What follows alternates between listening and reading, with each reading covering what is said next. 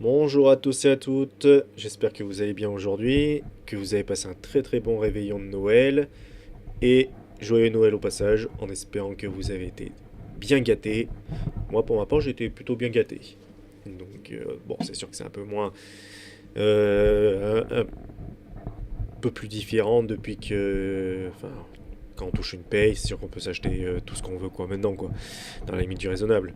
Mais ça reste quand même bien la magie de Noël.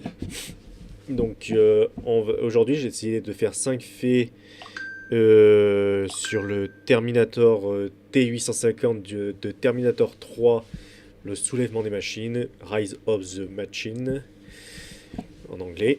Donc qui est plutôt ma version, l'une de mes versions préférées, le T850, et c'est une version unique de la saga. Enfin unique qui apparaît dans un seul film, sinon c'est une toute nouvelle série. Du coup, on va commencer par le premier fait. C'est une version améliorée du T800, comme vous pouvez vous en douter. Le T850 est une version évoluée du T800 avec des améliorations internes pour le rendre beaucoup plus performant au combat, en fait, et beaucoup plus résistant aux armes avancées, comme les armes plasma que son prédécesseur. Parce que oui, en fait, du coup, comme la Résistance avait réussi à capturer pas mal de Terminator en les reprogrammant et aussi surtout en volant leurs armes, bah, les T-800 étaient beaucoup plus... Enfin, du coup, Skynet était un peu plus vulnérable, on va dire. Donc c'est sûr que il leur fallait trouver une alternative. Une alternative, pardon. Donc du coup, ils ont créé le T-850. Au niveau du design, ça ne change strictement rien, sauf certains fanarts qu'ils avaient fait. Je crois que c'était pour le jeu, je me souviens plus, ou c'était un modèle différent, mais finalement ils sont restés sur le même design du T800. Donc physiquement, ça change rien. Donc il a une nouvelle source d'énergie. Deuxième fait, pardon. On passe au deuxième fait. Nouvelle source d'énergie pour le T850. Donc contrairement en fait au T800, qui utilise une seule cellule d'énergie nucléaire à base d'iridium. En fait, le T850 est alimenté par deux piles à combustible à hydrogène, ce qui lui donne une plus grande autonomie et une plus grande capacité à fonctionner, même si il lui reste plus qu'une seule cellule. On a eu la preuve quand il a été endommagé par le canon à plasma du TX dans le 3. Il a pu s'en enlever une et l'acheter. On a pu voir la bombe que ça faisait. Donc, on n'a pas de source officielle, mais étant donné que dans le T800, l'oncle Bob dit qu'il peut vivre 120 ans avec sa pile actuelle, on va dire que cette même pile fonctionne pareil. Donc s'il en a deux, en gros, ça le ferait vivre pendant 240 ans, quoi. Donc, mais comme c'est pas les mêmes piles, on peut se dire que c'est pas, enfin, qu'il peut vivre un peu moins longtemps, on va dire, que 240 ans. Mais il n'y a aucune source officielle, du moins j'en ai pas encore trouvé. Donc si jamais vous avez trouvé cette source, ce serait sympa de la partager en commentaire. Donc voilà. Ensuite, on va passer au troisième fait sur sa peau et maintenance améliorée. Alors je m'excuse de renifler, c'est que je suis malade du coup.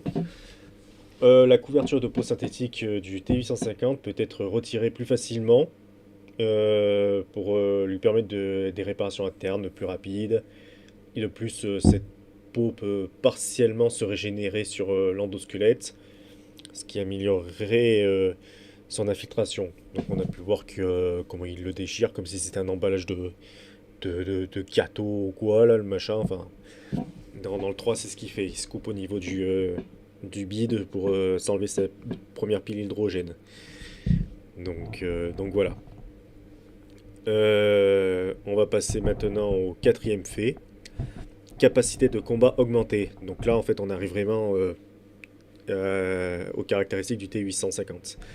Donc en fait, le T850 possède des circuits Action Network qui s'active en situation de combat et fonctionne comme une sorte d'adrénaline électronique, renforçant ses performances. Son endosquelette est un alliage de titane et plus précisément résistant en fait, lui permettant de supporter des tirs puissants et des impacts sévères. Donc en gros, il est beaucoup plus résistant que le T800, quoi. Y a pas à chier. Ça aurait été le T800 qui serait pris les décharges du TX, je pense qu'il aurait explosé, quoi. Donc en fait, sur ce fait-là, on peut voir qu'il y a une sacrée avancée technologique, malgré qu'il c'est une version qui est entre le T800 et le T900.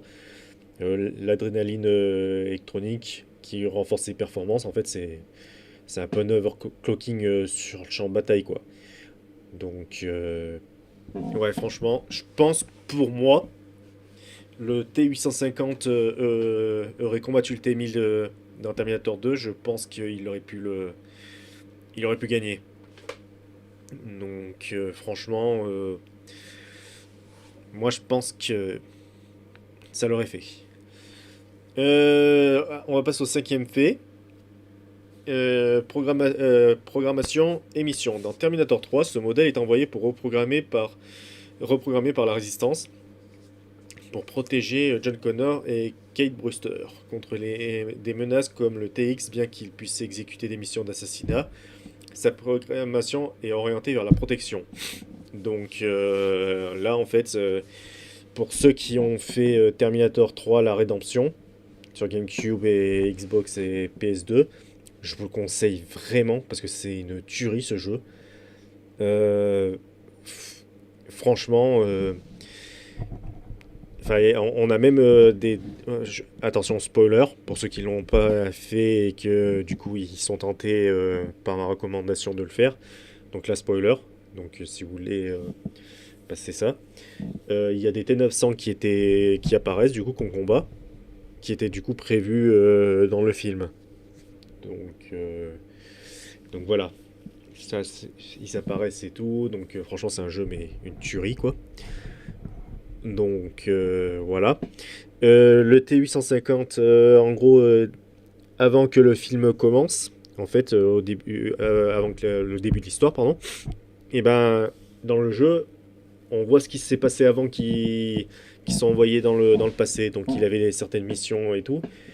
Et en fait, Catherine Bossal a voulu le tuer, quoi, le T850, parce qu'en fait, le T850 a réussi, et le T850 le dit à un moment donné dans le film, du coup, qu'il a réussi la mission que tous les autres avaient échoué, c'est de tuer John Connor. Donc il a tué le John Connor du futur.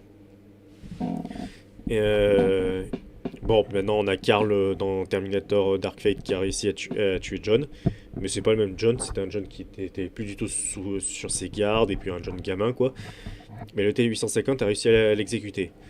Et puis faut aussi se préciser que ce Terminator-là est le seul qui, en fait, n'obéit pas aux ordres de John Connor, mais qui est là pour obéir à Catherine Brewster, en fait. Kate Brewster pour les intimes qu'on dit. Donc voilà. C'est la grosse différence avec les autres Terminator. Bon, dans Genesis, on a il y en a un qui protège Sarah Connor, mais du coup, voilà, celui-là c'est Kate Brewster. Donc franchement, moi j'ai plutôt bien aimé ce film-là, parce que franchement, enfin, purement action et tout, enfin, il est pas à la hauteur du 2, mais c'est quand même une tuerie. Donc voilà, pour les 5 faits de ce film. Enfin, de ce film. Il faut que j'y arrête, hein. Pourtant, j'ai pas bu au réveillon quasiment. Pour le T850. Donc voilà, comme pour les précédentes vidéos, je ferai des futurs 5 faits encore sur le T850. Ça sera même. J'appellerai ça les 5 faits sur le T850 partie 2, on va dire. Et puis voilà, bon, j'espère que vous avez apprécié ma vidéo. Et pour ceux qui font un repas de Noël ce soir, et ben, fêtez ça bien encore. Parce que moi, c'est reparti pour ce soir. Et je peux vous dire que. Ouf, mon Dieu. Donc voilà. Je vous conseille vraiment de faire ce Terminator 3 The Redemption. Parce qu'il est très très bien comme jeu. Et franchement, il y a après le Terminator 3, le soulèvement des machines, qui est sorti aussi. Sur Xbox, donc pareil, il est bien, mais le Terminator 3 oui, The Redemption, pardon, moi c'est mon préféré. Donc je vous le conseille vraiment, parce que il envoie du lourd. Donc voilà, et ben écoutez, je vous souhaite une bonne fin de journée, un joyeux Noël, encore une fois, et puis voilà. Allez, passez une très bonne fin de journée. À la prochaine.